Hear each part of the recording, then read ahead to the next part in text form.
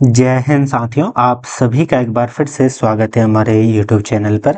साथियों, आज के इस वीडियो में हम बीएससी नर्सिंग कोर्सेज का या नर्सिंग कोर्सेज का बेहद ही शानदार प्रीवियस ईयर क्वेश्चन पेपर हल करने वाले हैं।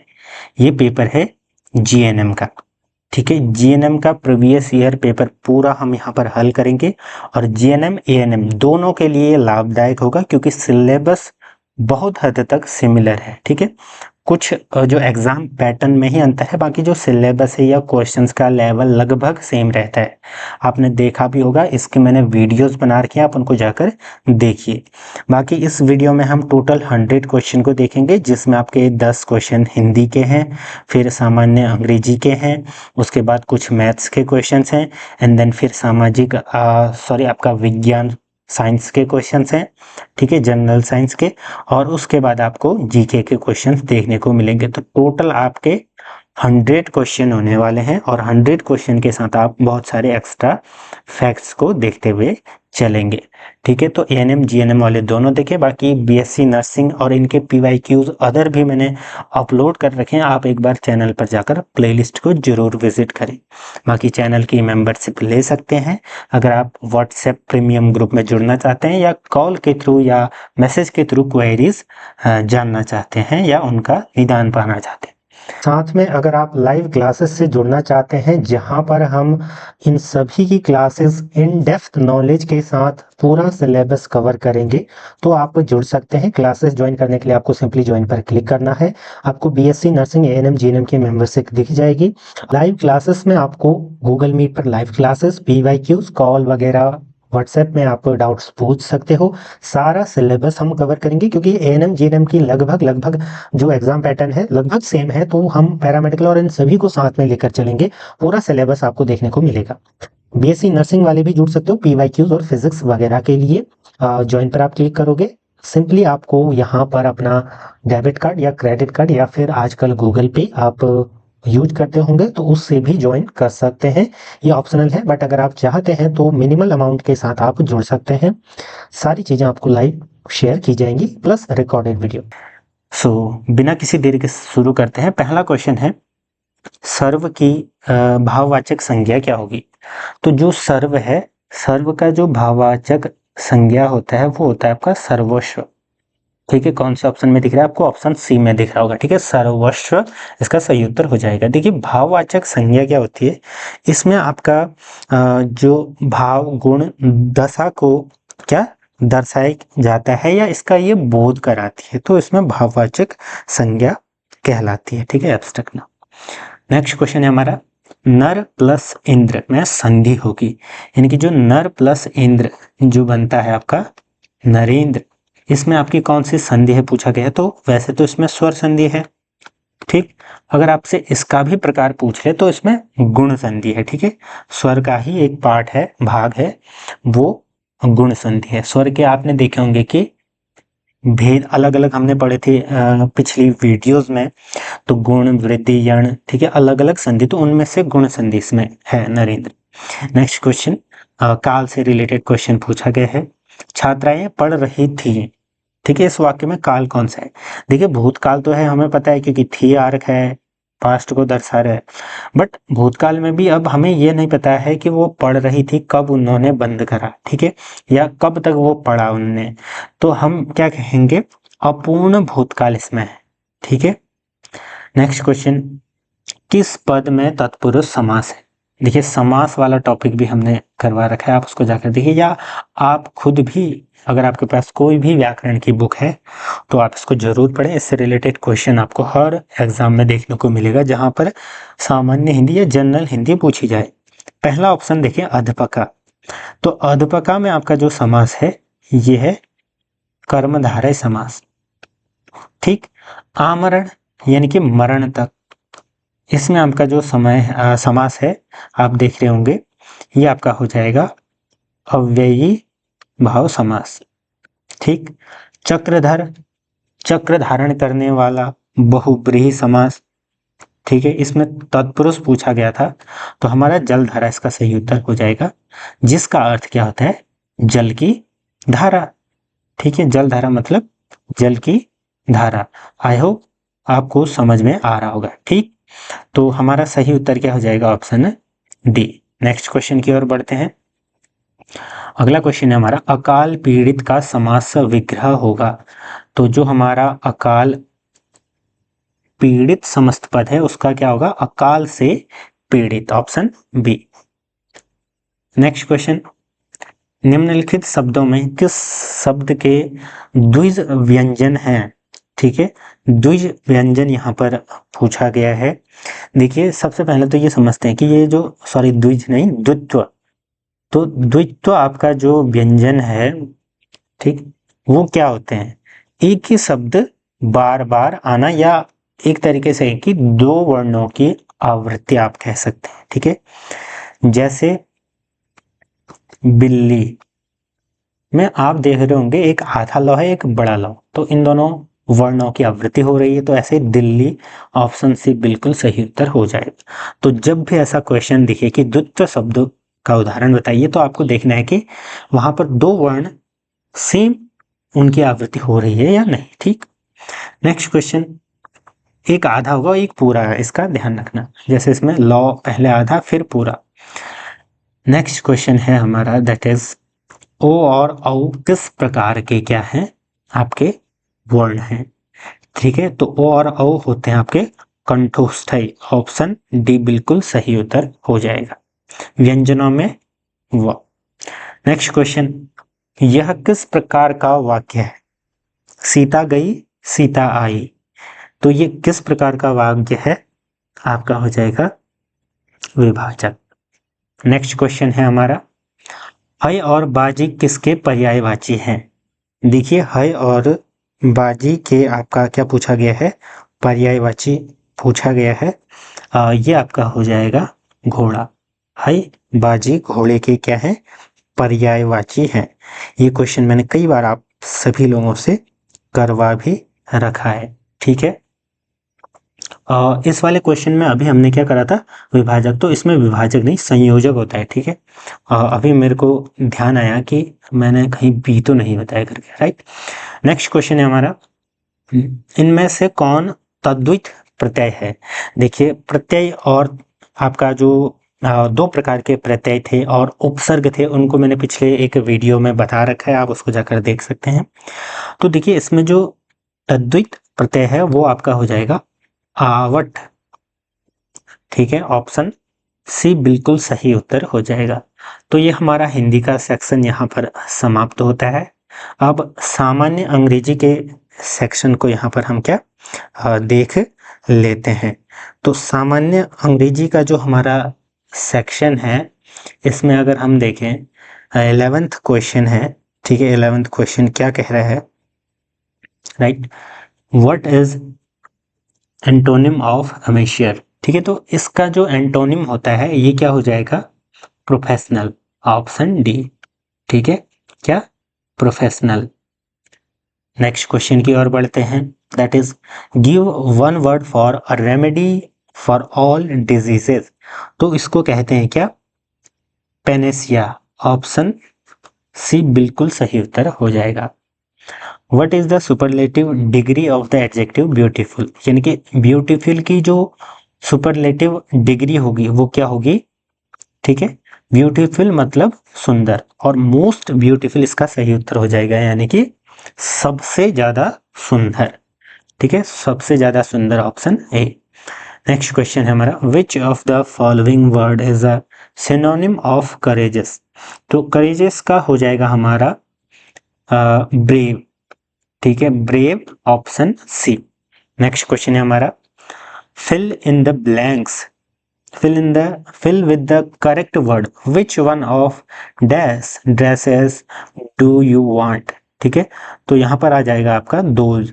ठीक है, दोज कहाँ पर दिख रहा है? ऑप्शन सी बिल्कुल सही उत्तर हो जाएगा। ठीक है, which one of those dresses do you want है सही उत्तर है। Next question, convert from active to passive voice, the tailor was making our dresses. ठीक है, तो इसका क्या हो जाएगा? Our dresses were being made, making का हो जाएगा made by tailor। तो सी और डी एक जैसे दिख रहे हैं, बट इसमें आर बीइंग है और इसमें वर बीइंग, तो ऑप्शन डी बिल्कुल सही उत्तर है, were being made by the tailor. ठीक, नेक्स्ट क्वेश्चन की ओर बढ़ते हैं, and that is fill with the correct word. सही शब्द से इसको भरना है। He used to the point that the victory in any field needs. ठीक है, एक तो इसमें भरना है हमें शब्द, एक इसमें भरना है। तो अगर हम यहाँ पर देखें, ठीक, he used to emphasize the point that the victory in any field needs little courage। तो ऑप्शन सी बिल्कुल सही उत्तर हो जाएगा। अगर इसमें हम emphasize भरें, जोर देना, और little मतलब हमें कुछ न कुछ करेज तो चाहिए होता है। ठीक है, नेक्स्ट क्वेश्चन हमारा, correct the sentence, my mother is worried about my father's health and also I. तो ये गलत हो जाएगा। ठीक है, एंड आई ऑल्सो होना चाहिए, option D. Next question, fill with the correct word. I have dash Lakshmi for the past 12 years. देखिए, आई हैव अगर भरते जाएं no, I have no Lakshmi for, तो ये कोई अर्थ नहीं बना रहा अच्छा। ठीक है, new, I have new Lakshmi, ये भी नहीं बना रहा। नोज, नोन, तो नोन, क्योंकि नोन इसका सही उत्तर हो जाएगा। I have known Lakshmi for past 12 years, right. Next question, और इंग्लिश का हमारा अंतिम क्वेश्चन है, fill with the correct verb dash man and women work for good. तो एवरी अगर भरे हम पहले, every man and women works, works तो वैसे भी नहीं आएगा। ठीक है, वर्क आएगा। ठीक, तो वर्क किन किन में है, बी और सी में। और each man and women, all man and women, तो ऑल होना चाहिए। ठीक है, ऑप्शन हमारा हो जाएगा दैट ऑप्शन सी। तो हमारा ये जो सामान्य हिंदी और सामान्य अंग्रेजी है वो सेक्शन यहाँ पर अब पूर्ण होता है। अब हमारे मैथ्स के कुछ क्वेश्चंस हैं। मैं सोच रहा हूँ कि जो मैथ्स के अंतिम 10 में भी मैथ्स के ही क्वेश्चन है, तो उनको एक साथ हम यहाँ पर करवाते हैं। ठीक है, क्योंकि 21 से लेकर 30 तक आपके क्या है, 21 से लेकर 30 तक आपके मैथमेटिक्स हैं, और फिर 91 से लेकर 100 मैथमेटिक्स है। तो उन 20 क्वेश्चंस को हम एक साथ करेंगे। उससे पहले थोड़ा सा एक बार हम क्या देख लेते हैं, जो हमारा जीके वाला सेक्शन है उसको यहाँ पर फटाफट से देख लेते हैं। ठीक है, तो जीके वाला सेक्शन हमारा 31 से स्टार्ट करते हैं और फटाफट इसको देख लेते हैं। उसके बाद हम, जैसा कि मैंने अभी आपको बताया, मैथ्स को एक साथ में हम यहाँ पर देखते हैं। ठीक, तो क्वेश्चन है, where is the body temperature control. कहाँ बॉडी टेम्परेचर आपका कंट्रोल किया जाता है, तो हाइपोथैलेमस। ठीक है, कहाँ पर, हाइपोथैलेमस, ऑप्शन बी, जो कि मस्तिष्क का आपका एक मेन भाग है। ठीक है, इसको बॉडी का थर्मो रेगुलेटरी सेंटर भी कहा जाता है। ये क्या करता है, तापमान को नियंत्रित करता है पूरे शरीर का। नेक्स्ट क्वेश्चन की ओर बढ़ते हैं, निम्न में से कौन सा एंजाइम लार में पाया जाता है, विच of the following enzymes is found in saliva. तो सलाइवा में जो आपका एंजाइम पाया जाता है वो पाया जाता है टाइलिन, ऑप्शन सी बिल्कुल सही उत्तर हो जाएगा। ठीक, नेक्स्ट क्वेश्चन, पेप्सिन आपका हाथों में पाया जाता है। ठीक, जो कि डाइजेस्ट करने के लिए काम आता है भोजन को। और जो सलाइवा है ये भी आपका जो फर्स्ट डाइजेशन होता है, हमारे कुछ भी चीज हम अगर खाते हैं तो हमारा जो डाइजेशन स्टार्ट होता है वो हमारा जो जीभ मुंह में स्थित सलाइवा में जो टाइलिन होता है उनकी मौजूदगी में ही शुरू हो जाता है। ठीक है, बायो वालों ने डिटेल में पढ़ रखा हो। नेक्स्ट क्वेश्चन है हमारा, healthy human being has blood pressure.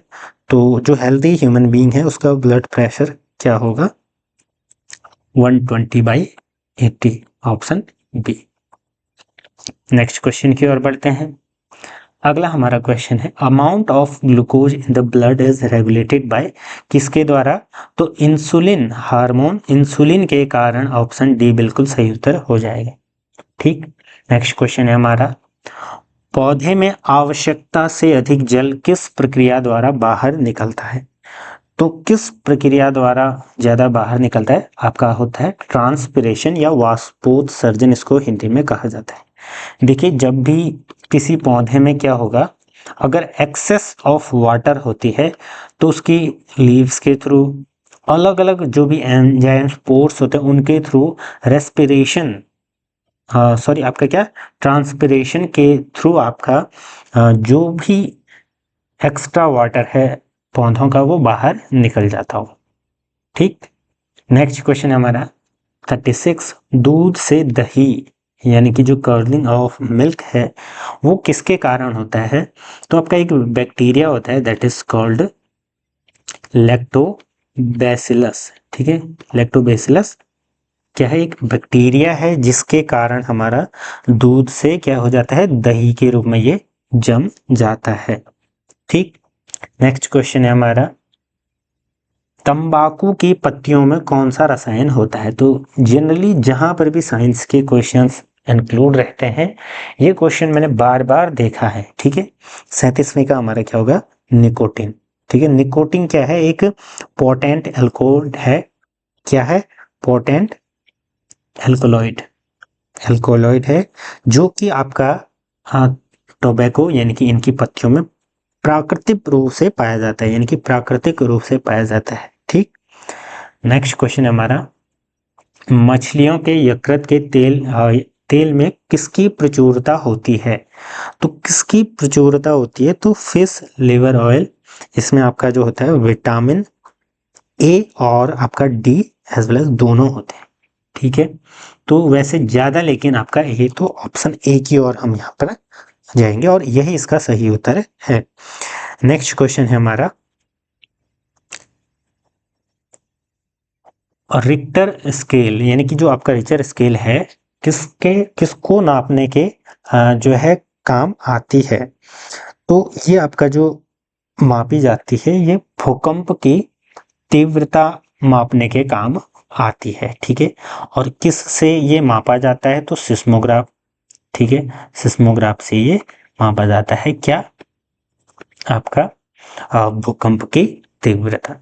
Next question images are formed between two parallel mirrors यानी कि दो समानांतर दर्पणों के बीच प्रतिबिंब बनते हैं। कितने बनेंगे? मान लीजिए एक आपका मिरर यहाँ पर रखा है, दूसरा आपका यहाँ पर रखा है, तो दोनों अगर मान लीजिए मैं यहाँ पर खड़ा हूँ तो आपने देखे होंगे जब भी आप बार्बर की शॉप या सलून में गए होंगे तो अगर दोनों साइड मिरर लगे हैं तो इनकी जो इमेजेस हैं वो ऐसे cross cross cross cross cross बनते बनते तो इनफाइनाइट बनती हैं। ठीक है, infinite, option D. Next question की ओर बढ़ते हैं। अगर आप चैनल की मेंबरशिप लेंगे तो मैंने आपको बताया था सिंपली आप ज्वाइन करना है, बहुत ही कम अमाउंट है और उससे आपको अन्य क्वेरीज हैं और प्रीमियम ग्रुप में जोड़ा जाएगा, ये ऑप्शनल है। बाकी आपके लिए फ्री का ग्रुप है, टेलीग्राम ग्रुप से पीडीएफ वगैरह सारी चीज़ें आप डाउनलोड कर सकते हैं। नेक्स्ट क्वेश्चन प्रकाश के वेग को पहली बार किसने जो है आपका नापा था? तो इस वेग को किसने नापा था? आपका एक साइंटिस्ट थे। कौन से साइंटिस्ट? दैट इज रोमर नेम के साइंटिस्ट। नेक्स्ट क्वेश्चन, ये फैक्चुअल क्वेश्चंस हैं तो हम सीधे ही इनको हल करते हुए आगे बढ़ते हैं। जो मैथमेटिक्स वाला पोर्शन है या जहाँ पर ज़रूरत होगी कि हम थोड़ा सा एक्स्ट्रा एम्फेसाइज करेंगे एक्सप्लेनेशन पर, यहाँ पर क्योंकि ये फैक्चुअल क्वेश्चन हैं तो ये आपको जनरली पढ़ने ही पड़ते हैं। ठीक है, कौन सा परिवर्तन करने पर घर्षण कम हो जाता है? तो कौन से परिवर्तन में जो आपका घर्षण है वो कम हो जाता है? Sliding to rolling. ठीक है, नेक्स्ट क्वेश्चन, अगले क्वेश्चन की ओर बढ़ते हैं। देखिए एक ये डिजीज है दैट इज कॉल्ड फाइलेरिया या हाथी पांव जो कहते हैं। ठीक है, तो ये किसके द्वारा आपकी कॉज की जाती है? तो ये आपकी होती है ऑप्शन बी, मॉस्किटो से। ठीक है, मॉस्किटो से होती है। ठीक, तो इसका सही उत्तर क्या हो जाएगा हमारा? That is option B. Next question की ओर बढ़ते हैं। 0 डिग्री सेंटीग्रेड कितने डिग्री फ़ारेनहाइट के बराबर है? तो ये आपका होता है 32 डिग्री। एक आपने फॉर्मूला पढ़ा होगा और वो फॉर्मूला कुछ इस प्रकार से है कि फ़ारेनहाइट बराबर आपका C इंटू 9/5 आपने पढ़ा होगा प्लस 32। अब देखो C की जगह अगर हम 0 पुट करें यहाँ पर, ठीक है, तो F बराबर हो जाएगा हमारा 9/5, ये हमारा 0 हो जाएगा ये टर्म और बचा क्या 32। ठीक है, तो ऐसे अगर कोई भी वैल्यू इंटरचेंज करनी हो, कन्वर्ट करनी हो degree to centigrade, degree centigrade to Fahrenheit और फ़ारेनहाइट टू डिग्री सेंटीग्रेड, तो आप इस फॉर्मूले के माध्यम से कर पाएंगे। नेक्स्ट क्वेश्चन 45 है, रॉबर्ट कोच ने किस पर काम किया था? इन्होंने किस पर काम किया था? इन्होंने ट्यूबरक्लोसिस पर काम किया था, दैट इज ऑप्शन ए। ठीक है, नेक्स्ट क्वेश्चन है हमारा, अधिकतर मिट्टी की अम्लता कैसे ठीक की जाती है, यानी कि जो सॉइल की एसिडिटी है वो कैसे ठीक की जाती है? तो जनरली आपने देखा होगा कि खेतों में चूना जो है पोर किया जाता है, उसको डाला जाता है एंड देन उसके छिड़काव से जो उसकी अम्लता है, एसिडिटी है, वो मैनेज की जाती है, राइट। नेक्स्ट क्वेश्चन है, निम्नलिखित में से कौन सा मोमबत्ती की लौ का सबसे गर्म भाग है? तो मोमबत्ती जब भी आपने देखी होगी, जलाई होगी, तो आपने एक गौर किया होगा कि जो बाहर है, बाहर वाला सेक्शन है, सबसे बाहर की फ्लेम आपको एकदम ब्लू जैसी नजर आ रही होगी, ठीक है, नजर आती होगी। उसके फिर अंदर को जैसे जाते हैं तो फिर आपका रेडिश रेडिश, फिर येलो एंड देन अंदर सबसे अंदर ब्लैक टाइप आपका पार्ट दिखता है, ठीक।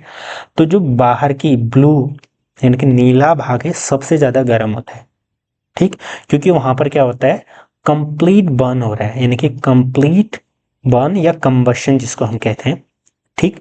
वहां पर आपका ऑक्सीजन पर्याप्त मात्रा में है तो कंप्लीट कंबशन हो रहा है, तो वो सबसे गर्म, फिर थोड़ा सा कम, थोड़ा सा कम, और जो अंदर का पोर्शन है वहां पर सबसे कम होता है, ठीक है। अब इतना भी कम नहीं कि हम अंगुली डालें और हमें गर्मी लगे ही नहीं, बट कंपैरेटिवली पूछा गया है, ठीक है। नेक्स्ट क्वेश्चन, धन मास एनर्जी का संबंध किसने दिया था? तो E is equals to mc² आपने पढ़ा होगा, ठीक है। तो ये जो सिद्धांत है ये किसके द्वारा दिया गया था? ये सिद्धांत आपका किसने दिया था? आपका आइंस्टाइन ने। ऑप्शन ए बिल्कुल सही उत्तर हो जाएगा, ठीक है। तो E is equals to mc² का सिद्धांत आपका दिया आइंस्टाइन ने, ठीक। नेक्स्ट क्वेश्चन है हमारा, non metals catches fire if expose to air, इनमें से कौन सा नॉन मेटल है जो कि आपका हवा के संपर्क में आने से ही आग पकड़ लेता है? फास्फोरस। ऑप्शन सी बिल्कुल क्या हो जाएगा, सही उत्तर हो जाएगा। ये क्या है, एक हाईली रिएक्टिव नॉन मेटल है, ठीक है। नेक्स्ट क्वेश्चन, क्योंकि इसका जो इग्निशन पॉइंट है या टेम्परेचर है वो बहुत ही कम होता है, राइट। नेक्स्ट क्वेश्चन, अम्ल वर्षा किसके ऑक्साइड द्वारा होती है? तो जो अम्ल वर्षा आपकी होती है that is caused by primarily ये आपका नाइट्रस सल्फर ऑक्साइड, ठीक है, सल्फर डाई ऑक्साइड, और साथ ही साथ नाइट्रोजन ऑक्साइड्स, इनके कारण होती है। तो सल्फर और नाइट्रोजन हमारा ऑप्शन ए। नेक्स्ट क्वेश्चन की ओर बढ़ते हैं, the central metal is chlorophyll, इनकी जो पर्णरहित में मुख्य धातु कौन सी होती है? इसमें जो आपका मुख्य धातु होती है, मैंने एक वीडियो में बताया था आपको, ऐसा ही एक क्वेश्चन आया था, मैग्नीशियम सबसे ज्यादा इसमें होता है, और ये क्या है, एक ग्रीन पिगमेंट है जो कि आपका फोटोसिंथेसिस में काफी क्या होता है, हेल्पफुल रहता है, या इसी की जरूरत होती है, ठीक है, प्लांट्स में ये पाया जाता है। नेक्स्ट क्वेश्चन है हमारा, अनबर्न कार्बन पार्टिकल्स कॉज, जो बिना जले हुए कार्बन के टुकड़े हैं वो क्या आपका प्रॉब्लम करवाते हैं?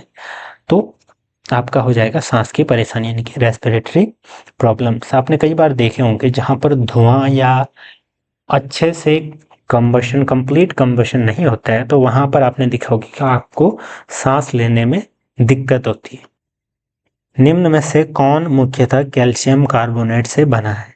तो इनमें से जो कैल्शियम कार्बोनेट से बना है वो क्या बना है आपका, सीप, मछली की पपड़ी, शार्क के दांत, सीप खोल, तो ये है, ठीक है। ऑयस्टर सेल्स आपके ये बने होते हैं किससे, कैल्शियम कार्बोनेट से। नेक्स्ट क्वेश्चन है हमारा, निम्न में से किसमें सबसे अधिक ऊर्जा होती है? नीला, ग्रीन, रेड या येलो लाइट में? तो सबसे ज़्यादा जो ऊर्जा रहती है वो आपका ब्लू लाइट में होती है। ठीक, नेक्स्ट क्वेश्चन की ओर बढ़ते हैं। किस सिद्धांत के अनुसार जीवित प्राणी सिर्फ दूसरे जीवित प्राणियों से ही उत्पन्न हो सकते हैं? तो ये कौन सा सिद्धांत था? बायोजेनेसिस। ठीक है, ऑप्शन ए बिल्कुल सही उत्तर हो जाएगा। सिल्क प्रोड्यूस्ड बाय, तो जो लार्वा है आपका सिल्क वॉर्म का, जो रेशम के कीड़े का लार्वा से ये प्रोड्यूस होता है। Next question, smallest functional and structural unit of kidney is called nephron. ठीक है, नेफ्रॉन।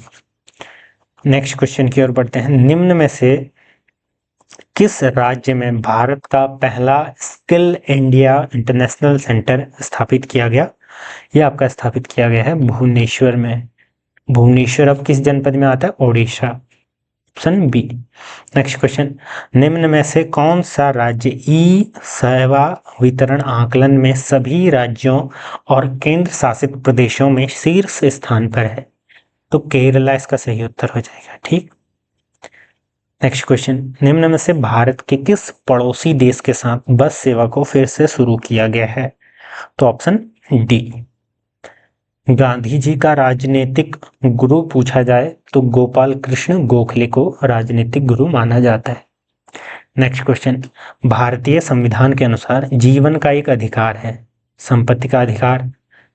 ठीक है, there is a right to life, तो ये फंडामेंटल राइट्स में ही आता है, राइट। नेक्स्ट क्वेश्चन, भारत में सेनाओं के सर्वोच्च सेनापति कौन होते हैं? तो राष्ट्रपति होते हैं। ये हम बचपन से ही पढ़ते आए हैं कि जो सर्वोच्च कमांडर होता है वो राष्ट्रपति ही होता है तीनों सेनाओं का। और जो chief of defence staff CDS है वो अलग चीज है, यानी कि वो मुख्य होता है, चीफ होता है उन तीनों सेनाओं का।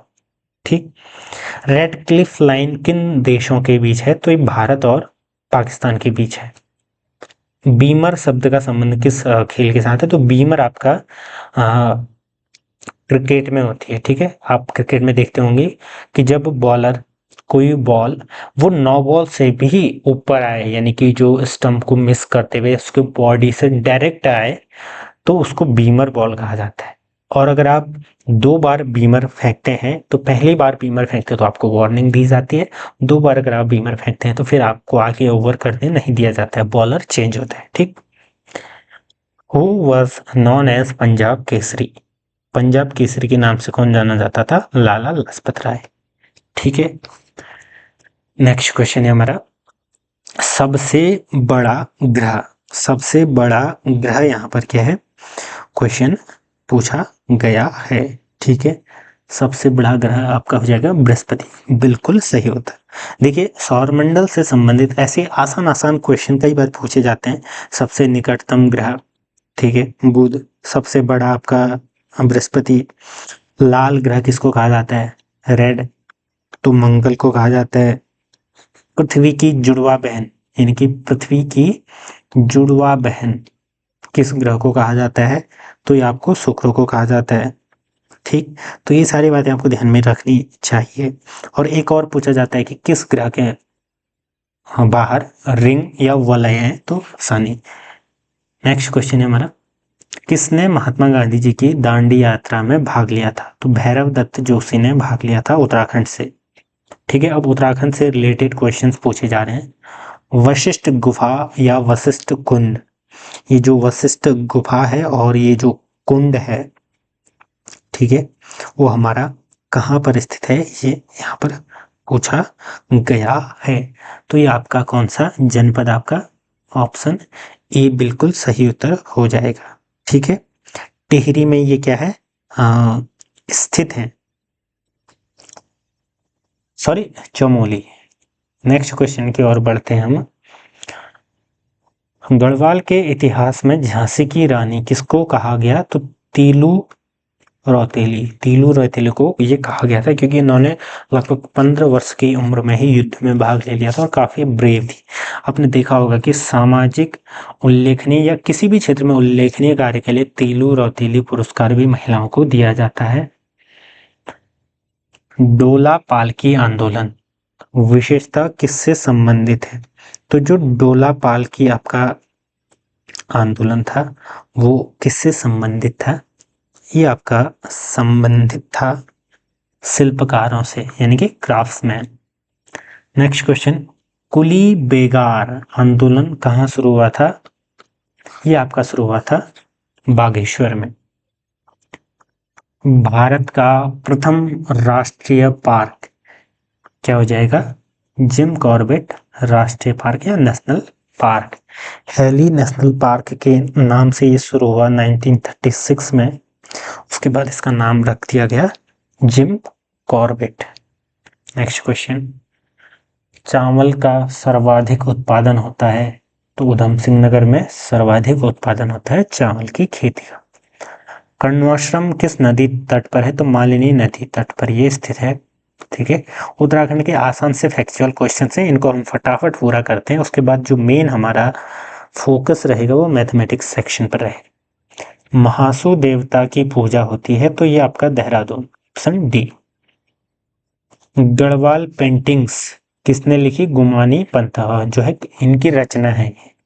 नेक्स्ट क्वेश्चन, उत्तराखंड की महिलाओं का प्रसिद्ध परंपरागत आभूषण तिलहरी। तिलहरी आपका गले में पहना जाता है, कुछ इस प्रकार से ये रहता है लंबा सा। यहाँ पर आपका एक क्या कहते हैं, सोने का कुछ डिजाइन रहता है, बाकी ये इस प्रकार से जुड़ा रहता है तो गले में। 2011 की जनगणना के अनुसार सबसे कम जनसंख्या घनत्व इनमें से देखें, वैसे तो आपका चमोली उत्तरकाशी है, बट इनमें से देखें तो चमोली सही उत्तर हो जाएगा। राज्य का, अब देखिए ये सारे क्वेश्चन आपको पढ़ने पड़ेंगे कि 2011 के सेंसस उत्तराखंड का, स्पेशली अगर आप उत्तराखंड का एएनएम जीएनएम दे रहे हैं तो ठीक है। भारत का सबसे उत्तराखंड राज्य का सबसे बड़ा तो NH7 इसका सही उत्तर है। नेक्स्ट क्वेश्चन की ओर बढ़ते हैं। वाडिया हिमालयन भूविज्ञान, ये कई बार पूछा जाता है, इसको रट लो। ठीक है, देहरादून में स्थित है। राज्य का प्रथम स्वतंत्रता सेनानी माना जाता है? कालू मेहरा को माना जाता है। ठीक, नेक्स्ट क्वेश्चन, अल्मोड़ा अखबार प्रकाशन या इसका जो प्रकाशन हुआ था वो कब हुआ था? 1971। नेक्स्ट क्वेश्चन हमारा, विश्व प्रसिद्ध फूलों की घाटी किस जनपद में स्थित है? फूलों की घाटी आपका कहां पर है? चमोली में स्थित है। नेक्स्ट क्वेश्चन है हमारा, नीलांबर किसकी रचना है? नीलांबर जो है आपकी रचना है सूर्यकांत त्रिपाठी जी निराला, यानी कि सूर्यकांत त्रिपाठी निराला ने ये लिखी है। और इनको मुक्त छंद का प्रणेता या प्रयोक्ता भी कहा जाता है। ठीक है, छायावाद के 4 स्तंभों में से एक थे ये। ठीक है, जयशंकर महादेवी वर्मा इनके साथ। सुल्तान अजलान शाह कप, तो ये हॉकी से संबंधित है। ठीक, नेक्स्ट क्वेश्चन, धरती पुत्र या हिमपुत्र किसको कहा जाता था? ये आपका कहा जाता है हेमवती नंदन बहुगुणा। नेक्स्ट क्वेश्चन, तो अब हमारे जो मैथमेटिक्स सेक्शन है वो पूरा जो है आ चुका है। अब हम मैथ्स के क्वेश्चंस को यहाँ पर हल करते हैं। 21 क्वेश्चन है, Vijay and Vinay borrowed 2500 and 3000 respectively, यानी कि मान लीजिए, ठीक, थोड़ा सा मैं लिख करके सिंप्लीफाई कर देता हूँ। विजय ने क्या करा? 2500 रुपये उधार लिए, और आपका विनय ने भी 3000 उधार लिए। तो हुआ क्या, एक ही ब्याज दर पर उधार लिए 2.5 वर्ष के लिए। टाइम क्या हो गया? 2.5 वर्ष। इसको अगर हम हल करें संयुक्त से, इसको सिंपल फ्रैक्शन बनाएं तो दूनी 4 आएगा, 5/2। ठीक है, ये टाइम आ गया। फिर इफ विनय पेड मोर, यानी कि 175 RS मोर उसने पे करा इंटरेस्ट विजय के, तो find the rate of interest, तो रेट हमें फाइंड आउट करना है। तो जो चीज़ें दी गई हैं पहले उनको फॉर्मूले में रख करके इसको हम हल करते हैं। हमने फॉर्मूला पढ़ा था, सिंपल इंटरेस्ट बराबर PRT/100। P यानी कि मूलधन, प्रिंसिपल जो ये अमाउंट है स्टार्टिंग की, R किस रेट से, किस दर से ये दिया गया था, ब्याज लगेगा जो, T आपका हो जाएगा क्या? टाइम ड्यूरेशन कितने समय के लिए। तो पहले हम विनय के लिए निकाल लेते हैं, तो हमारा हो जाएगा एस आई फॉर विनय बराबर, तो पी की जगह हम रखें 2500 इंटू आर को आर ही रहने दे, टाइम आपका 5/2 अपॉन में हो जाएगा 100। इसको जब हम हल करेंगे तो ये आएगा आपका 12500 अपॉन 200 आर। ठीक, ये पहला आ गया। फिर अगर हम बात करें इसको, अगर हम आगे को भी सॉल्व करें तो ये कुछ इस प्रकार से आ जाएगा, इससे ये कट जाएगा। ठीक, दैट इज 2 छक्के 12, 62.5 आर। ठीक है, तो ये तो आ गया पहले का। अब विनय का निकालते हैं, एस आई फॉर विनय यहाँ पर लिख लेता हूँ मैं। ठीक, तो हो जाएगा हमारा 3000 इंटू आर इंटू 5/2 अपॉन 100। अब देखिए ये जो 2 है ये यहाँ पर गुणा 2 हो जाएगा। ठीक है, इसको जब हम आगे सिंप्लीफाई करेंगे तो, क्योंकि वो अपॉन में है। ठीक, देन फिर हम इसको अगर हल करें तो ये से ये कैंसिल, 5 या 15, 150 अपॉन 2, दैट इज हमारा 75। ठीक, 75 आर। तो ये दोनों चीजें तो हमारे यहाँ पर निकल गई। अब क्या कहा गया था कि जो विनय ने विजय से 175 रुपये अधिक ब्याज दिए, तो हम क्या कर लेंगे कि interest of Vinay minus interest of Vijay.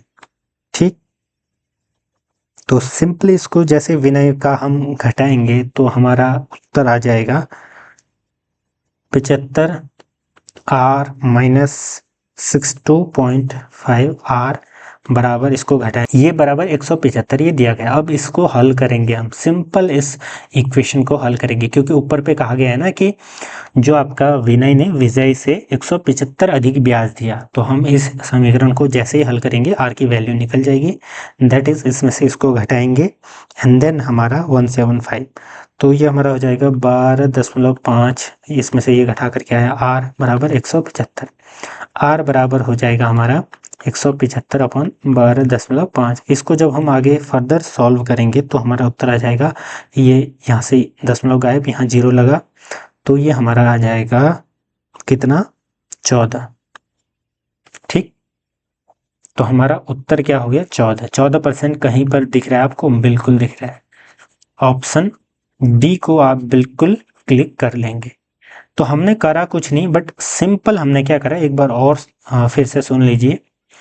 ठीक है, आंसर हो गया आपका डी। हमने क्या करा, जो चीजें दी गई हैं उनको सिंपली लिख लिया फटाफट।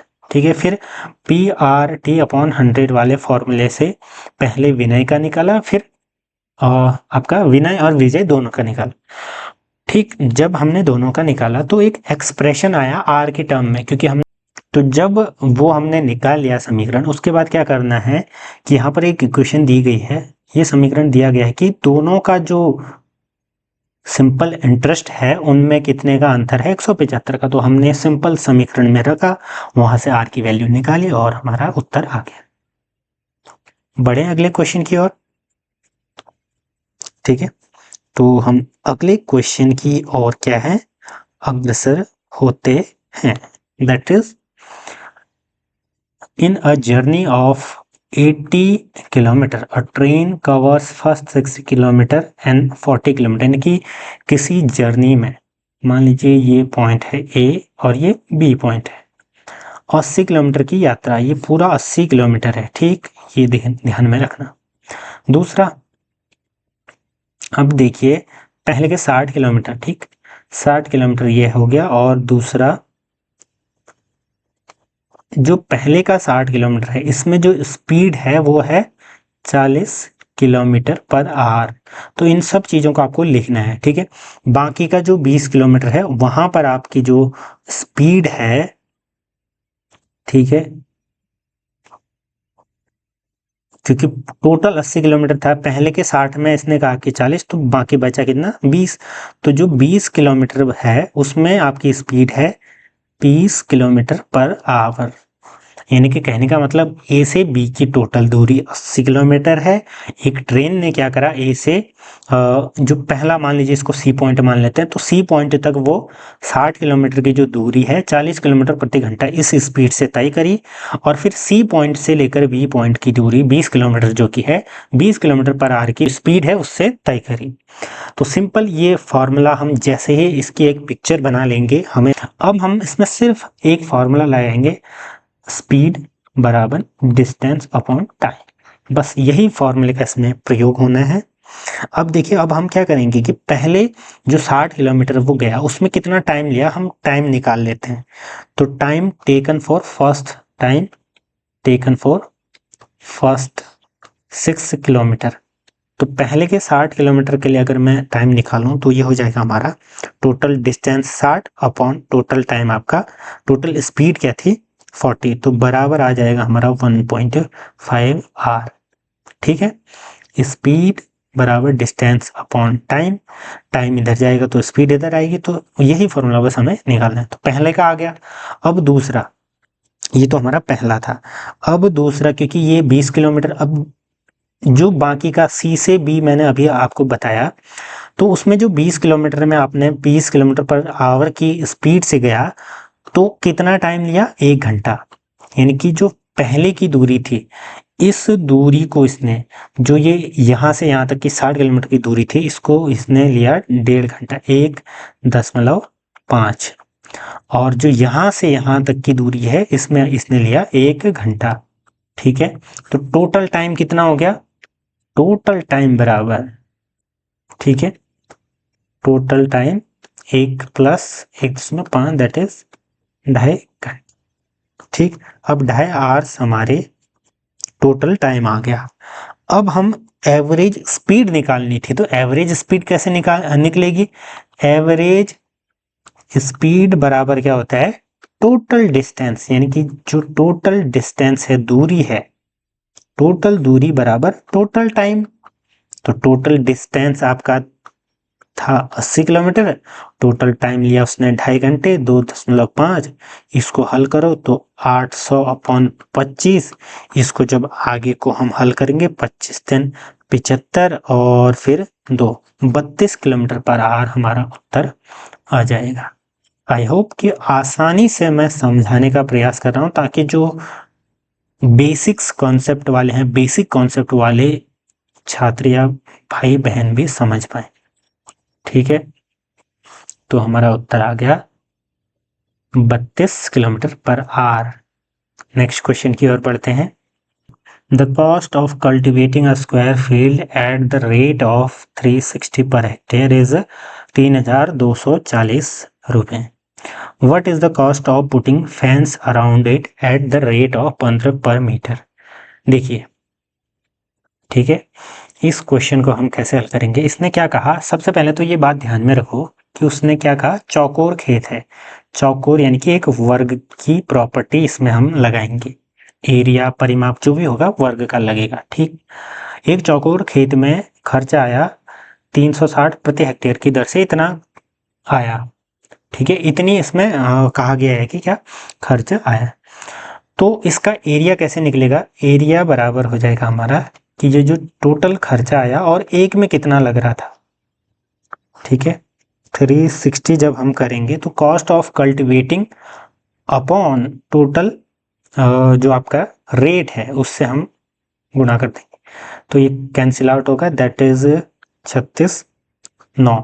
तो यानी कि 9 हेक्टेयर हमारा क्या आ गया, 9 हेक्टेयर हमारा क्षेत्रफल आ गया। अब देखो, इसको स्क्वायर मीटर में चेंज कर लेते हैं हम। क्या करेंगे, स्क्वायर मीटर में चेंज करते हैं, तो 1 हेक्टेयर बराबर होता है आपका 10,000 स्क्वायर मीटर। तो 9 में कितना हो जाएगा, 9 गुणा 9 कर दो, यानी कि 90,000 स्क्वायर मीटर हमारा एरिया आ गया। ठीक है, स्क्वायर मीटर में हमारा एरिया निकल गया। अब देखिए आगे क्या करेंगे, अगर हमें ये बाड़ लगाना है, इसका खर्चा निकालने के लिए या इसकी लेंथ निकालने के लिए हमें क्या करना पड़ेगा, इसका परिमाप निकालना पड़ेगा। परिमाप यानी कि इसका पेरीमीटर। पेरीमीटर कैसे निकलेगा, जब कोई एक साइड पता हो। और साइड कैसे पता चलेगी, इसकी साइड हमें एरिया के माध्यम से पता चल जाएगी और हमारे पास एरिया दिया हुआ है। तो वर्ग का जो एरिया होता है, एरिया बराबर क्या होता है, साइड इंटू साइड। ठीक, तो यहाँ पर साइड बराबर, मान लीजिए साइड स्क्वायर बराबर हो जाएगा जो 90,000 आपका ये दिया है, साइड बराबर हो जाएगा हमारा रूट 90 1 2 3,000 जो कि आ जाएगा आपका 300। अब कहने का मतलब क्या है कि 300 हमारा एक साइड आ गई। ठीक है, 300 मीटर की हमारी की एक साइड आ गई। ठीक है, एक साइड आ गई तो इसमें तो चारों साइड बराबर होती हैं। अब हम क्या करेंगे, क्योंकि हमें एक साइड मिल गई तो इसका निकाल देंगे परिमाप। ठीक है, परिमाप निकालेंगे जो कि होता है 4 इंटू ए यानी कि साइड। तो 4 इंटू 300 बराबर 4 3 12। ठीक है, तो 1200 हमारा क्या आ गया, जो मीटर है ये हमारा पूरी फेंसिंग है।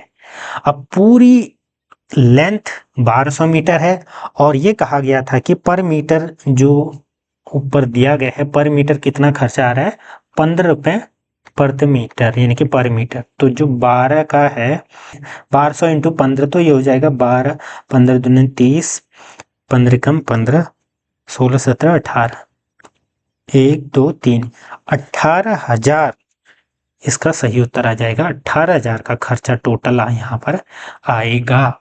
तो ऑप्शन ए बिल्कुल सही उत्तर हो जाएगा। आई होप कि आपको ये समझ में आया होगा। बस सिंपल क्या करना है, आपको पहले जो चीजें दी गई उनको एक एक करके तोड़ना है। तोड़ने के बाद हम सारी बातें समझ में आ जाएंगी। बस इसमें सिर्फ वर्ग की प्रॉपर्टी यानी कि वर्गाकार खेत है तो उसमें एरिया कैसे किस फॉर्मूले से निकलेगा, साइड कैसे निकलेगी, टोटल लेंथ कैसे निकलेगी, परिमाप, वो सारी बातें ध्यान में रखनी थी बस। अगले क्वेश्चन की ओर बढ़ते हैं। If the price of an article is raised 200 from 250 a year then the find the increased percentage. तो इंक्रीज्ड परसेंटेज क्या होगा, पहले ओरिजिनल प्राइस क्या थी 200 थी, अब न्यू क्या होगी 250, यानी कि जो डिफरेंस आया 250 में से हम घटा देंगे 200। ठीक है, जो क्या आया 50। अब देखिए 50 इंक्रीमेंट हुआ तो जो 50 इंक्रीज हुई उसका परसेंटेज निकालना है तो अपॉन 200 इंटू 100। देखिए कभी भी ध्यान रखना, जब भी हम लाभ प्रतिशत या किसी चीज में कितना प्रतिशत इजाफा हुआ या घटी ये निकालते हैं तो जो ये नीचे की वैल्यू रहेगी ये ओरिजिनल यानी कि पहले की ही वैल्यू रहेगी। ठीक है, और जो डिफरेंस रहेगा वो ऊपर आएगा। तो इसको सिंपल हल करते हैं तो ये हमारा आ जाएगा 2 पंचे 10 5 पंचे 25, 25% की वृद्धि हुई। ठीक है, आसान सा क्वेश्चन था, ऑप्शन बी। नेक्स्ट क्वेश्चन, ए और बी मिलकर किसी कार्य को 8 दिन में करते हैं। A plus B can do a work 8 दिन में। ठीक, पहली बात। दूसरा कहा गया है कि ए अकेला 12 दिन में कर सकता है तो how many days B would take to do the same work. ठीक, अब देखिए ए और बी 8 दिन में ये काम कर रहे हैं तो इसका मतलब ए और बी मिल करके एक दिन में कितना काम कर रहे हैं 1/8। इसको आप कैसे समझोगे, देखो मान लीजिए ये कोई काम है, इस काम को करने में टोटल 8 दिन लग रहे हैं। अगर मैं कहूं कि एक दिन में कितना काम होगा तो एक दिन और 8 इस तरफ चले जाएगा तो वर्क जो हमारा काम है बट्टा 8। ठीक है, यानी कि इसको हम कह सकते हैं बट्टा 8 या इसको हम ऐसे भी तो लिख सकते हैं इंटू 1/8। ठीक है, तो जब ए प्लस बी मिल करके 8 दिन में कर रहे हैं तो ए प्लस बी, इसको समझने के लिए आप समझिए। ठीक, फिर उसके बाद ए प्लस बी एक दिन में 1/8 कार्य कर लेंगे। ठीक है, कार्य का 1/8 कार्य करेंगे। तो ए ने कितना करा 12 दिन में करा तो ए का एक दिन का 1/12 हो जाएगा। तो बी का निकालने के लिए हम क्या करेंगे, बी का वर्क डन बराबर 1/8 माइनस 1/12 दैट इज दोनों का LCM 24, 3 minus 2 1/24 of the work. ठीक, तो 24 1/24 आ गया बी का यानी कि 24 दिन। देखिए हमने करा क्या, ए प्लस बी किसी काम को 8 दिन में कर रहे थे। ठीक, फिर क्या हुआ तो उसका जो एक दिन का कार्य होगा वो कैसे निकलेगा, 1/8। ये मैंने आपको बता दिया कॉन्सेप्ट से। ए एक दिन में ए जो उसी काम को 12 दिन में कर पा रहा था, तो उसका एक दिन का जो काम हो जाएगा वो 1/12 हो जाएगा। ठीक, अब देखिए जब ए का काम प्लस बी का काम अकेला अकेला जब हम जोड़ेंगे, जब ये अकेले करेगा जब ये अकेले करेगा, दोनों को जोड़ेंगे तो वो क्या आएगा, ए और बी का काम एक दिन का। तो क्योंकि एफिशिएंसी वही है ना, तो उसी को हमने यूज करा, तो सीधे बी बराबर, बी का कार्य बराबर हमने दोनों का कार्य जो 1/8 था एक दिन का, भाई 1/12 घटा दिया, फिर हमने एलसीएम लेकर के निकाला तो 1/24 ऑफ वर्क, यानी कि वो बी की जो इफिशियंसी है एक दिन की वो 1/24 ऑफ पूरे वर्क की, तो टोटल दिन कितने लेगा वो 24। ठीक है, तो ये कॉन्सेप्ट था और आसान सा आपका ये कॉन्सेप्ट था। नेक्स्ट क्वेश्चन की ओर बढ़ते हैं। क्वेश्चन है हमारा, there are provisions of 150 man for 45 days, after 10 days 25 left. यानी कि पहले 150 लोगों के लिए 145 दिनों का राशन था।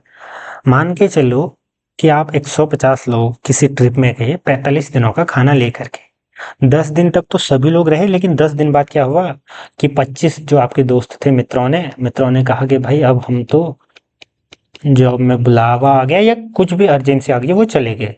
ठीक है, तो 25 लोग जब चले गए तो फिर कितने दिन तक वो जो बचा हुआ खाना था वो चलेगा, वो हमसे पूछा गया।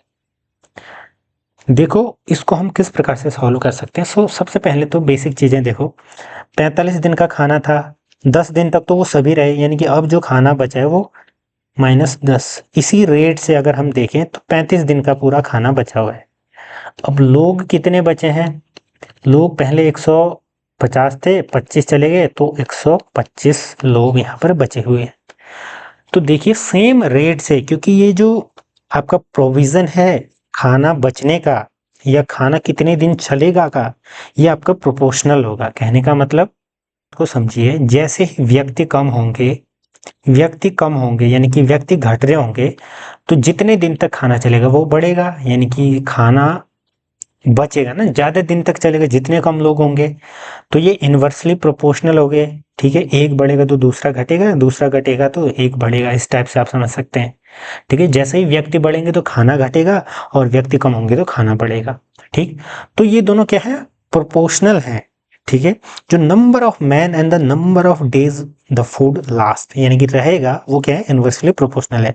मान लो x दिन तक वो खाना बचा चला, ठीक है, अब x दिन तक खाना चलेगा, तो जो हमारा प्रोपोर्शनैलिटी बनकर आएगा वो कुछ इस प्रकार से बनेगा, 150 मैन इंटू 35 डेज बराबर 125 मैन इंटू x डेज।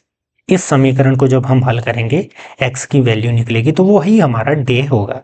तो इसको हल करो, ठीक है, इसको सॉल्व करेंगे x के लिए, ये इस तरफ आएगा, दैट इज 150 इंटू 35 अपॉन 1 आपका 25, 25 पंजे 25 कम 25 50 50 25 75, ये 5 बार गया, 25 छक, ठीक, और ये हमारा 5 7 35 7 42, 42 डेज हमारा सही उत्तर आ जाएगा। यानी कि 42 डेज तक खाना और चलेगा। ठीक, तो हमारा उत्तर क्या आ गया, 42 डेज, ऑप्शन बी। देखिए पहले 45 दिन चल रहा था उतने लोगों के साथ, अब 10 दिन हो गए, उसके बाद भी 42 डेज तक चलेगा। ठीक है, ऑप्शन बी। नेक्स्ट क्वेश्चन है हमारा, अ bag of flower has weight of 12 kg। इसको अगर हम चेंज के बाद में 24 25/2, इतना kg क्या है, आटे का वजन है। इसमें से 2/3 थैले के छेद से निकल गए, यानी कि 2/5 इंटू 25/2, तो 5×5 = 25 और 2 से 2 गया, तो 5 kg इसका सही उत्तर निकल जाएगा। आसान सा क्वेश्चन था। ठीक, नेक्स्ट क्वेश्चन हमारा, Which of the following options show the right ascending order of fraction। तो फ्रैक्शन के राइट ऑर्डर को देखने के लिए आप क्या करोगे, देखो एक तो आप ये काम कर सकते हो कि आप एलसीएम लेकर के देख लो कि कौन सा बढ़ेगा। बट एक काम ये कर सकते हो आप 25, 30, 5 और 10 का एलसीएम, तो ये भी टाइम ही लगेगा, इसमें भी टाइम लगेगा बहुत। तो आप एक काम करो, इन सभी का डेसिमल एक्सपेंशन निकाल दो, यानी कि डेसिमल का जो एक्सप्रेशन है वो निकाल दो। जैसे 7/10 को क्या लिखते हैं, 3/2, तो इसको डेसिमल में जैसे ही निकालोगे तो फिर आपको पता लग जाएगा, ठीक है। तो एंड 4, तो इसी प्रकार से इसका भी निकालना, इसका भी। देन आपका जो ऑर्डर आएगा वो आएगा ऑप्शन ए, ठीक है। ऑप्शन ए इसका सही उत्तर है। वैसे आप क्या करोगे, ऐसा कोई भी क्वेश्चन आए तो इसका भाग दे करके इसको डेसिमल में निकाल लो। जैसे इसका हो जाएगा आपका 0.24 मैंने अभी निकाला था, फिर इसका हो जाएगा 3 का समथिंग 0.330 का 11 में 3 टाइम्स 3.36 समथिंग आएगा, फिर 0.6, देन फिर 0.7। तो इस प्रकार से आपका ये सही उत्तर आ जाएगा। नेक्स्ट क्वेश्चन, लोगों की सबसे अधिक संख्या क्या होगी जिनमें 128 324 पेंसिलें बराबर बांटी जा सके। अब HCF निकालो इसका, तो HCF हो जाएगा हमारा, अगर इसका HCF निकालोगे किसका, 128 और 324 का HCF कैसे निकालोगे, इसके फैक्टर्स निकालो, प्राइम फैक्टराइजेशन से इसके फैक्टर निकालो एंड देन इसके फैक्टर निकालो। चलते हैं, आपको पता होगा। तो कॉमन फैक्टराइजेशन से जैसे फैक्टर्स निकलेंगे इसके भी, जो कि होता है 2 इंटू 2 इंटू 2 इंटू 2 इंटू 2, 1 2 3 4 5 6 7 7 बार। इसके फैक्टर्स कैसे निकाल सकते हो आप, ऐसे करना 128 अपॉन, सबसे पहले 2 से देखो, 2 से भाग जा रहा है, अगर जा रहा है ठीक है, तो 2 छक्के 12 है ना। फिर ऐसे 2 2 करके जब तक 0 ना आ जाए आप ऐसे करते रहना। अगर मान लीजिए 2 का भाग नहीं जा रहा तो फिर 3 से ट्राई करेंगे, फिर 4 से 5 से, इस प्रकार से आपको ये करने हैं, ठीक है। तो इस प्रकार से इसके फैक्टर निकाल करके इसका HCF निकाल लेना, जो कि है आपका 4। तो वो हाईएस्ट संख्या क्या है, 4। नेक्स्ट क्वेश्चन है, the weight of a girl was 32 kg but it was misread, ठीक है, मिसरीड किया गया उसको 36। तो 36 में से पहले तो 32 गढ़ो, दैट इज 4। अब गलती मैंने आपको बताया था कि परसेंटेज किस में से निकालना, जो पुराना वो है क्या, अंक है, जो ओरिजिनल अंक है। तो ओरिजिनल कैसे निकालेंगे, 4/32 इंटू 100% बराबर हो जाएगा हमारा ये समथिंग 1/8 इंटू 100, दैट इज 12.5%। अब देखिए 12.5% पूछा है, इसको फ्रैक्शन में, क्योंकि यहाँ पर फ्रैक्शन में दिया गया तो इसको क्या करोगे आप 1, फिर ये आपका आ जाएगा 12 सही 1/2, that is option D. D बिल्कुल सही उत्तर हो जाएगा, ठीक है। तो कुछ क्वेश्चन हमने पीछे भी छोड़ रखे थे, उनको भी पूरा कर लेते हैं, ठीक है। जो कि हमारा था 21 से लेकर जो 7-8 क्वेश्चन थे उनको भी फटाफट कर लेते हैं। In which subject Rajiv obtained highest marks, percentage. तो परसेंटेज कैसे निकालोगे आप, जो भी मार्क्स उस सब्जेक्ट में दिए गए हैं, जैसे 325 अपॉन का आपका जो भी सब्जेक्ट का टोटल है इंटू 100, 100 से 100 गया तो ये इतना परसेंटेज आपका आ जाएगा। देखिए 5 का भागा देने के बाद, देखिए परसेंट का मतलब क्या होता है, कोई भी परसेंटेज, जैसे मान लीजिए 1% लिखा है, परसेंट मतलब 1/100। जैसे ही इस परसेंटेज को हम हटाएंगे मतलब उसको हम डिवाइड करेंगे 100 से, और अगर हम इंटू 100 कर दें तो हमारा परसेंट जुड़ जाएगा। तो ये बात आपको समझनी है, ठीक है। तो सिंपली इसको आप खुद से कर लो, क्योंकि आंसर इतना इजी है इसका। आप सभी का सेपरेट परसेंटेज निकालते हुए जाओ, मैथ्स इंग्लिश इन सभी का, फिर देखो कि सबसे ज़्यादा या कम किस में हुए हैं। नेक्स्ट क्वेश्चन, साधारण ब्याज की दर से 6 वर्ष में 350 रुपये से बढ़कर इतना हो जाएंगे। तो दर पूछा गया है, ठीक है। PRT/100 करके जो है फॉर्मूला लगाएंगे, सिंपल इंटरेस्ट बराबर हो जाएगा हमारा, ठीक है। तो सिंपल इंटरेस्ट, क्योंकि सिंपल इंटरेस्ट कैसे निकलेगा, 455 टोटल अमाउंट थी, तो 455 माइनस 350 इसमें से घटाएंगे तो ये हमारा आ जाएगा 105। ये हमारा सिंपल इंटरेस्ट है। तो सिंपल इंटरेस्ट बराबर PRT/100 का फॉर्मूला लगाओ, जो जो चीज़ें दी गई उनको रख लो। तो सिंपल इंटरेस्ट दिया गया है आपका 105, प्रिंसिपल दिया गया है 350, आर हमें निकालना है, टाइम हमें दिया गया है 6 वर्ष का, इंटू 100। इसको जब हम आगे को हल करेंगे तो हमारा आएगा आर बराबर 105 इंटू 100 अपॉन 350 इंटू 6, ये से ये कटा, सॉरी ये 0 कटा, ये 5 ऐसे रहेगा, ये 0 से 0 कटा। इसको जब पूरा सॉल्व करोगे तो ये आपका आ जाएगा कितना, r बराबर 5%। ठीक, सिंपली आपको फॉर्मूले में रखना था, वो सारी चीजें दी हुई थी, बस आपका उत्तर आ गया। नेक्स्ट क्वेश्चन की ओर बढ़ते हैं। नेक्स्ट क्वेश्चन है हमारा, a field is 90 by 70 metre, यानी कि क्या है, 90 मीटर लंबा, 70 मीटर चौड़ा है। फिर क्या पूछा गया है, a man walk around the rate of 4 kilometre per hour, यानी कि 4 किलोमीटर पर आवर की स्पीड से वो गया, और कितना गया, 5 आपका राउंड गया। तो जो टोटल डिस्टेंस हो जाएगी, पहले तो इसका पूरा पेरीमीटर निकालो कि एक राउंड कितने गया। तो एक राउंड कैसे निकलेगा, ये आयत है आपका, रेक्टेंगल है, तो इसका जो पेरीमीटर होता है 2l प्लस बी। ठीक, तो 2 इंटू एल लेंथ 90 प्लस 70, तो ये हम जैसे कैलकुलेट करेंगे 320 मीटर, यानी कि 320 मीटर का ये ग्राउंड आपका आ गया। ये जो लेंथ है 320 मीटर है। ठीक, अब हम आगे क्या करेंगे, आगे बस कुछ नहीं करना है, सिंपल क्या करना है, जो ये हमने निकाल दिया, क्योंकि उसने 5 राउंड लगाए, तो 5 इंटू 320 एक राउंड का, तो टोटल डिस्टेंस आ जाएगी हमारी 1600 मीटर।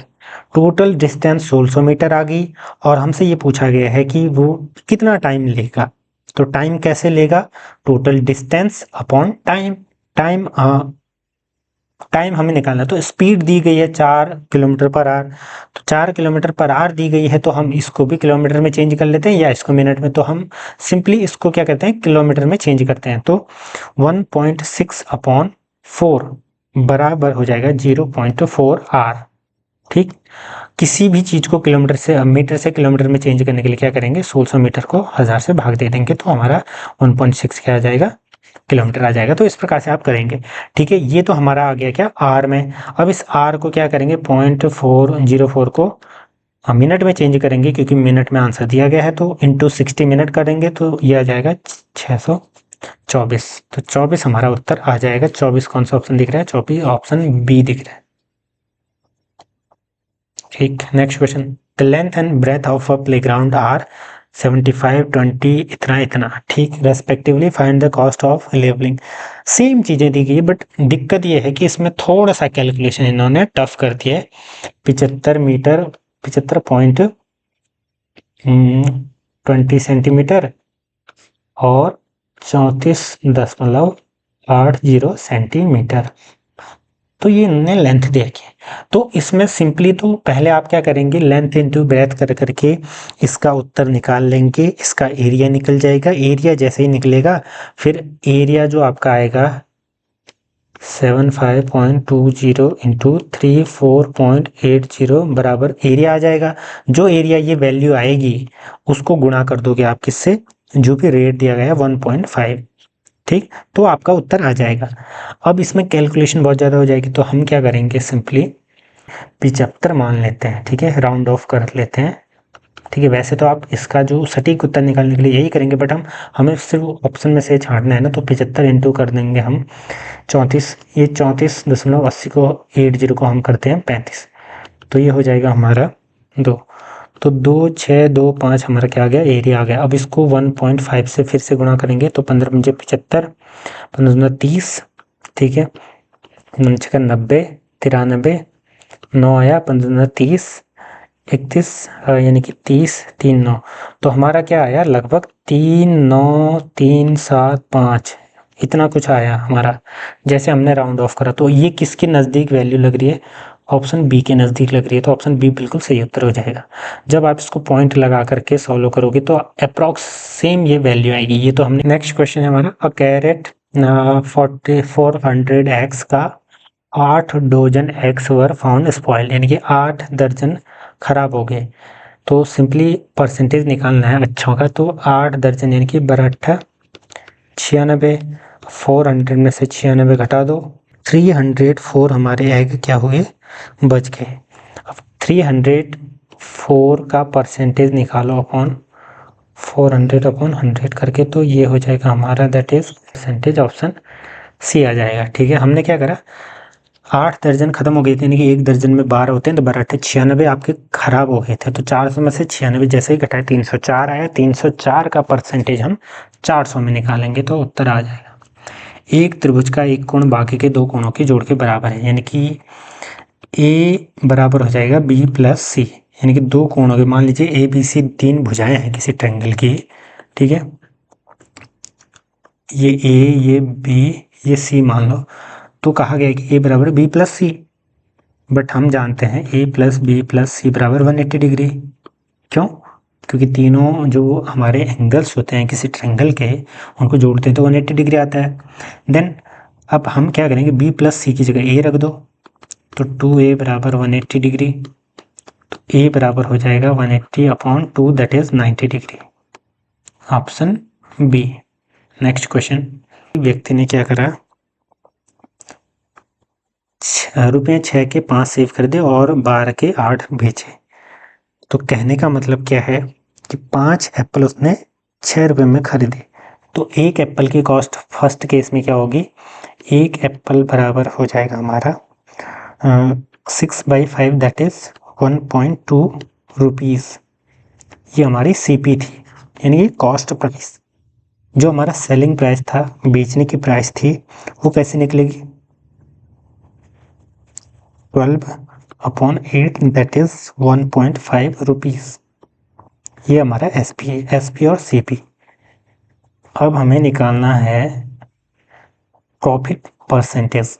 प्रॉफिट कब होगा, जब एसपी बड़ा होगा, एसपी माइनस सीपी बराबर 1.5 माइनस 1.2 अपॉन स्टार्टिंग प्राइस क्या थी 1.2 इंटू 100। देखो मैंने आपको बताया था कि लाभ परसेंटेज जो भी निकालना है तो वो आप किस पर निकालोगे, सीपी पर निकालोगे। सीपी यहाँ पर क्या है, सीपी आपका 1.2, ठीक है, क्योंकि इतने में खरीद रहे हैं, परसेंटेज तो सेम ही रहेगी ना, तो इसको जैसे हल करोगे ये आपका आ जाएगा यहाँ से, ठीक है, ये 0.3 अपॉन 1 पॉइंट से point cancel, 3 choco 12 upon 100, that is 25। तो हमारा 25% आएगा, ऑप्शन सी। नेक्स्ट क्वेश्चन है हमारा, एक एंगल दिया हुआ है, बहुत सारे एक्स का मान हमें ज्ञात करना है। देखो एक प्रॉपर्टी होती है, किसी भी एक पॉइंट से अगर कितने ही एंगल निकले, उन सबको अगर जोड़ेंगे तो सभी का जो सम आएगा 360 डिग्री आता है, ठीक। तो इसमें इन सब को जोड़ो तो ये आएगा हमारा 6 5 11 7 का 8, 280, 360 में से माइनस करो 280, दैट इज, इन सब को जोड़ोगे तो x की वैल्यू निकल जाएगी, बराबर x कर दो, जैसे x प्लस 70 प्लस 50 प्लस 160 बराबर 360 करो तो यहाँ से x की वैल्यू निकल जाएगी। मैं फटाफट आपको बता दे रहा हूँ, ठीक, दैट इज 80 डिग्री, ऑप्शन, ठीक। तो ये हमारा उत्तर ऑप्शन बी हो जाएगा। तो ये हमारे मैथ्स के क्वेश्चंस पूरे हो गए हैं, बाकी जुड़े रहें, धन्यवाद।